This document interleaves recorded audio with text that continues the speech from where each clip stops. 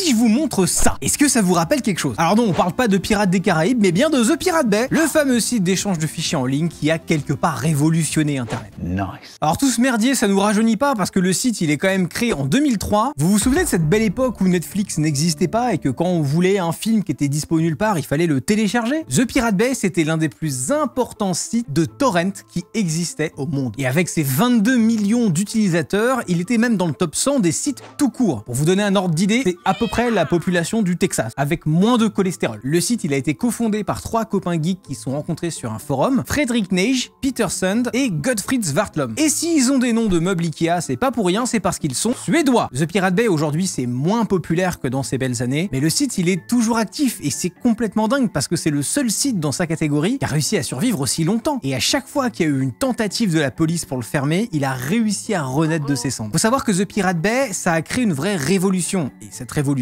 elle a clairement eu un impact très important parce que sans elle, il y aurait peut-être pas eu de Netflix ou de Spotify, c'est à ce point-là. The Pirate Bay à la base, ça a été créé par un groupe anti-droit d'auteur suédois qui s'appelle Piratbyrån, qui veut dire le bureau pirate, littéralement, toujours en rapport avec Ikea, bien sûr. Ce bureau, c'est une organisation qui cherche à légaliser le piratage en utilisant du lobbying et des connexions politiques. Ils ont pour objectif de rendre l'accès à l'information et au contenu complètement libre, et ils se questionnent beaucoup sur tout ce qui touche autour de la propriété intellectuelle. Et leurs débats vont assez loin. Certains membres défendent l'idée que le piratage est une bonne chose parce que ça peut aider les entreprises, en mettant par exemple des jeux et des films entre les mains de gens qui de toute façon ne les auraient jamais consommés parce qu'ils n'avaient pas les moyens de se les payer, et qu'une fois que ce jeu-là a été essayé, les gens sont plus susceptibles d'acheter le suivant ou un autre produit de la même marque. Bon, ça partait d'une bonne intention, hein, c'est un peu des Robins des Bois de la culture. Et donc en septembre 2003, 2 membres de ce bureau, Frederick et Gottfried, qui sont tous les deux des très bons développeurs informatiques, ils décident de concrétiser cette belle idée et de lancer The Pirate Bay. Le duo va rapidement être rejoint par le troisième, Peter, et ils lancent tous les trois le site de partage de fichiers. Le concept, il est simple. The Pirate Bay ne va pas directement héberger des films et des jeux, mais des fichiers torrent qui permettent de télécharger ces fichiers en pair à pair avec d'autres utilisateurs. C'est pas légal, mais c'est pas leur problème. À l'époque, ils sont aussi influencés par Napster qui proposait de la musique en peer-to-peer gratuitement. D'ailleurs, dites-moi si vous voulez une vidéo sur Napster, abonnez-vous. D'ailleurs, en parlant de Napster, vous allez voir que le procès auquel ont eu droit les 3 fondateurs de The Pirate Bay a été au moins aussi important que celui de Napster, parce que c'est le plus gros procès en violation de copyright qu'on a eu en Europe dans toute l'histoire. Mais bref, vous verrez après. Et donc, au lancement de The Pirate Bay, les 3 comparses utilisent des serveurs qui sont localisés au Mexique. Sauf que chez leur premier hébergeur, il y a littéralement un employé qui, en faisant des vérifications, a remonté à ses supérieurs un mail qui ressemblait genre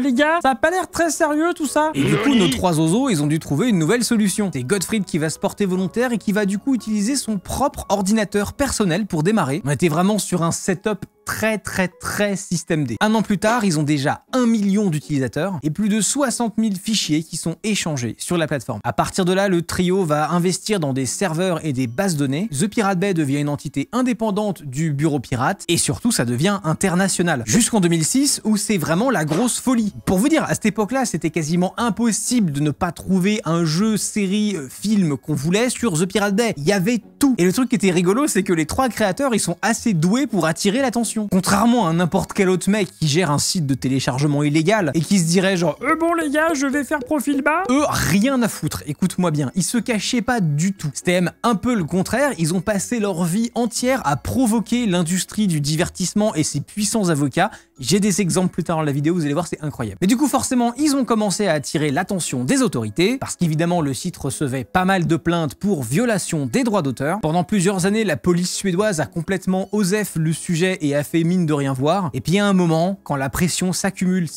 surtout venant des États-Unis, il faut agir. Et pour agir en se protégeant, ils auraient pu installer NordVPN, le sponsor de cette vidéo.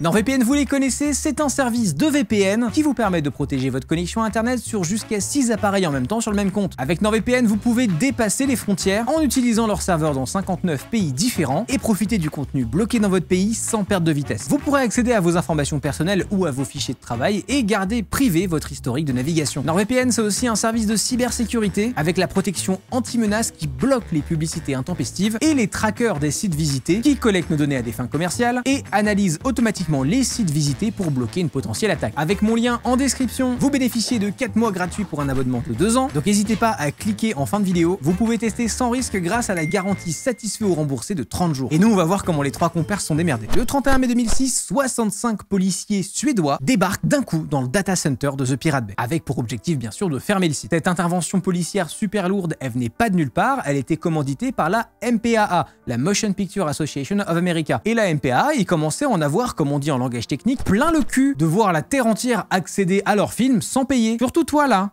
Fais gaffe, le site sera fermé une première fois et les serveurs sont confisqués. 3 jours plus tard, le trio va retrouver de nouveaux serveurs aux Pays-Bas et le site est de nouveau en ligne. D'ailleurs, pour l'occasion, ils ont changé l'ADA avec un nouveau logo qui est vraiment tout dans la subtilité. Aucune provocation. Ce raid de la police, il a déclenché un vrai mouvement de soutien auprès des hackers. Il y a même un activiste qui a piraté le site de la police suédoise pour le fermer. Et juste au moment où le site de la police suédoise du coup a été restauré, c'est celui du gouvernement suédois qui a sauté. Autre chose intéressante, c'est que l'info de ce raid énorme de la police a fait le tour des actualités dans le monde entier, qui a joué en faveur de The Pirate Bay, parce qu'après toute cette exposition, le site va connaître un succès encore plus important et réunir encore plus d'utilisateurs. Il devient le 465e site le plus visité au monde et les fondateurs en profitent pour faire profil bas. C'est entièrement faux. Parallèlement à ça, il y a des avocats qui ont attaqué la police suédoise parce qu'il s'avère que les serveurs qui ont été confisqués sur lesquels était hébergé The Pirate Bay, ils étaient dans un centre d'hébergement, donc ils hébergeaient pas que The Pirate Bay, et donc il y a plein de petits sites de business en ligne suédois qui ont sauté en même temps alors qu'ils avaient rien demandé. Les avocats ont invoqué que la justice suédoise n'avait pas assez d'éléments pour justifier une présence policière pareille et ils les ont accusés de céder à la pression du gouvernement américain au lieu de s'occuper de faire régner l'ordre dans leur propre pays. Bon, le gouvernement suédois s'est défendu et ces plaintes-là, elles ont pas amené à grand chose, mais ça a quand même rajouté une petite couche de bordel dans toute cette histoire. Et puis surtout, c'était un moment très important parce que ça a positionné dans le débat public le gouvernement comme un grand méchant, alors que pensait faire bien en défendant les artistes. Mais sauf que du coup, forcément, c'est compliqué à ce moment-là pour les autorités de refaire un raid pour refermer le site parce qu'ils ont toute l'opinion publique contre eux et en politique, c'est bien de pas se mettre 100% de l'opinion publique à dos. Après le raid de la police, nos 3 copains ont quand même voulu se protéger un peu, enfin, et donc ils ont commencé à travailler à un dossier légal complexe pour assurer leur défense. C'est entièrement faux, encore une fois. Ils ont annoncé qu'ils voulaient acheter une île. Voilà. Ouais, je lis les choses. L'île visée, c'est la principauté de Sealand, une île qui n'appartient à aucun état et qui leur permettrait de continuer leur petite activité tranquillement. Bon, après, malheureusement, la cagnotte Litchi n'a pas recueilli suffisamment de camas, donc le plan a malencontreusement échoué, mais c'était quand même très marrant, et du coup, ils ont opté pour la bonne vieille société offshore aux Seychelles, voilà, comme font tous les gens sérieux. Pendant tout ce temps, les fondateurs ils reçoivent des menaces de plus en plus présentes de l'industrie du divertissement américain, mais ils vont décider de absolument pas les respecter et de répondre à leur manière sur leur blog. Voilà par exemple ce qu'ils ont répondu à DreamWorks qui leur demandait de supprimer un film à eux sur la plateforme. Je cite: selon nous et nos avocats, vous êtes des putains de crétins et vous devriez aller vous faire sodomiser avec des bâtons rétractables. Voilà.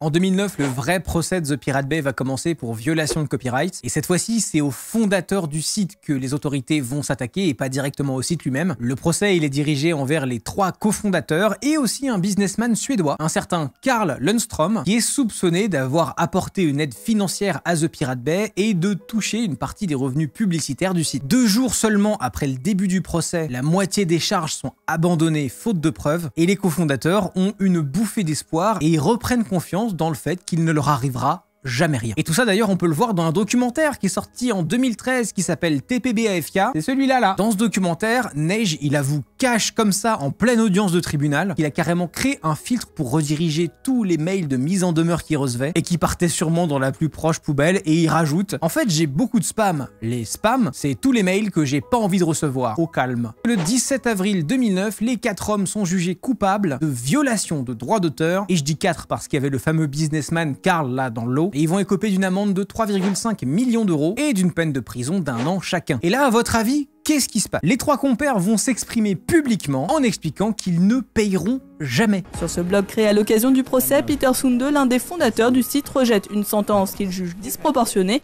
Il affirme par ailleurs dans la vidéo qu'il n'a pas les moyens de payer son amende et qu'il ne le ferait pas même s'il en avait les moyens. Suite à ça, il y a eu des collectes de fonds de la part de fans pour essayer de lever de l'argent et les aider à payer l'amende, mais le trio a bien fait comprendre qu'ils ne voulaient pas cet argent et qu'ils allaient le refuser quoi qu'il arrive. Suite à tous ces événements, le trio il s'est un peu divisé. Neige il est parti s'installer en Asie, mais il n'a pas trop su se décider entre la Thaïlande et le Laos, et il s'est marié avec une Thaïlandaise qui l'obligeait à passer souvent la frontière entre les deux. On va dire que c'était pas le move le plus malin parce que comme il a pris la fuite suite au procès en Suède, eh ben il s'est fait coller un mandat Interpol au cul bien sûr. Il finira par se faire arrêter en 2014 à l'aéroport de Bangkok et il se fera rapatrier en Suède pour faire ses 10 mois de prison. Apparemment ça a pas été si horrible que ça pour lui puisqu'il a expliqué qu'il s'attendait à pire et que The Pirate Bay valait bien ça. D'après ce qu'il a raconté, il était le seul dans toute la prison qui était là pour un crime commis sur internet et du coup le staff de la prison avait été particulièrement cool avec lui. Godfried quant à lui il est parti au Cambodge, ce qui en soi n'est pas idiot du tout puisque le Cambodge n'a pas de politique d'extradition vers la Suède, mais bon il s'est quand même fait attraper en 2012, il a fait son petit tour en prison, sauf qu'il a été contraint d'y retourner pour un autre chef d'accusation qui était lié à ses activités de hacking au Danemark. Il a retrouvé sa liberté en 2015 et pendant tout ce temps il a pas perdu son sens de l'humour, qu'on a pu voir sur son profil Twitter avec par exemple « Oh mince, c'est vrai qu'en passant quelques années en prison, ça y est, on n'est plus un pirate ». On peut dire que la prison a été vachement dissuasive pour les trois. Pas du tout. Peterson, quant à lui, il s'est caché dans le sud de la Suède pendant 2 ans avant de se faire rattraper par les autorités. Bon, pendant ce temps-là, la police s'est dit, bon,